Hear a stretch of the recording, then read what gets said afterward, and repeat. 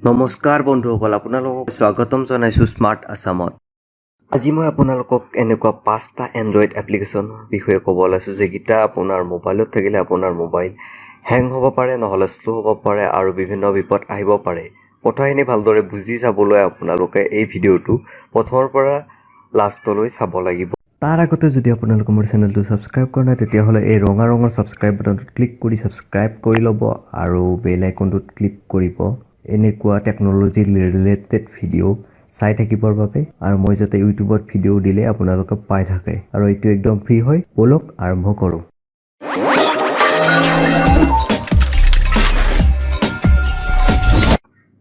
প্ৰথম এপ্লিকেশ্যনটো হৈছে clean master. এই এপ্লিকেশ্যনটো আপোনালোকৰ বহুতৰে মোবাইলত ইনষ্টল হৈ আছে চাগে।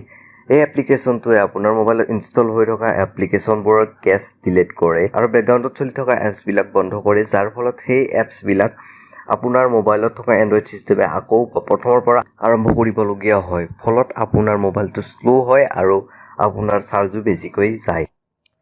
2 নম্বৰ এপ্লিকেশ্যনটো হৈছে ফেচবুক। ফেচবুকক মই বিপদজনক এপ্লিকেশ্যন বুলি নকওঁ, কাৰণ ই এটা বহুত ভাল এপ্লিকেশ্যন হয়।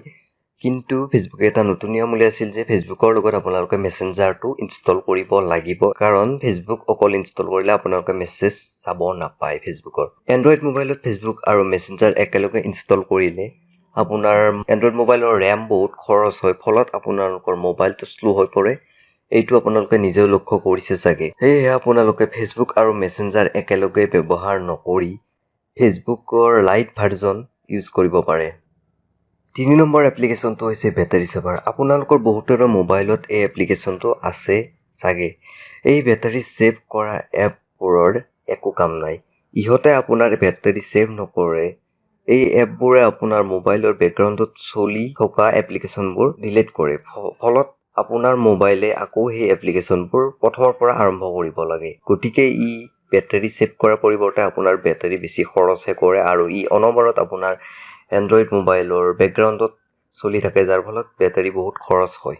4 নম্বৰ এপ্লিকেশ্যনটো হৈছে UC ব্ৰাউজাৰ। UC ব্ৰাউজাৰ এটা বিখ্যাত এপ্লিকেশ্যন, কিন্তু ই এনেকুৱা কিছুমান কাম কৰে যিবিলাক আপোনাৰ এণ্ড্ৰইড মোবাইলৰ কাৰণে বিপদজনক আৰু আপোনাৰ কাৰণে বিপদজনক হয়। এই এপ্লিকেশ্যনটোৱে আপুনি ইণ্টাৰনেটত কি চাৰ্চ কৰে সেইবিলাক গুগল আৰু য়াহু ইণ্ডিয়াক পঠিয়াই থাকে। লগতে আপোনাৰ মোবাইলৰ IMEI number, Android ID number আৰু আপোনাৰ লোকেশ্যনক আলিবাবা মেপিং টুলক দি আছে, যাৰ ফলত আপোনাৰ এণ্ড্ৰইড মোবাইলটো হেক হ'ব পাৰে। এইটো একদম সঁচা কথা, এইটো মিছা কথা নহয়। যদি আপোনাৰ বিশ্বাস হোৱা নাই তেতিয়াহ'লে আপুনি গুগলত চাৰ্চ কৰি চাব পাৰে। 5 নম্বৰ এপ্লিকেশ্যনটো হৈছে ES ফাইল এক্সপ্ল'ৰাৰ।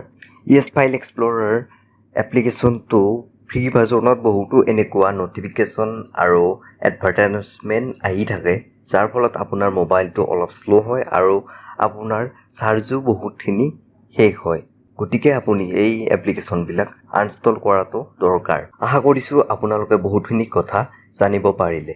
ভিডিঅ'টো চাই ভাল লাগিল যদি লাইক কৰিব, চেনেলটো ছাবস্ক্ৰাইব কৰিব আৰু ভিডিঅ'টো চাই কেনে লাগিল কমেণ্ট কৰিব, আৰু আপোনাৰ কিবা প্ৰশ্ন থাকিলে কমেণ্টত লিখিব পাৰে, আৰু ভিডিঅ'টো বন্ধুসকলৰ লগত শ্বেয়াৰ কৰিব। ধন্যবাদ।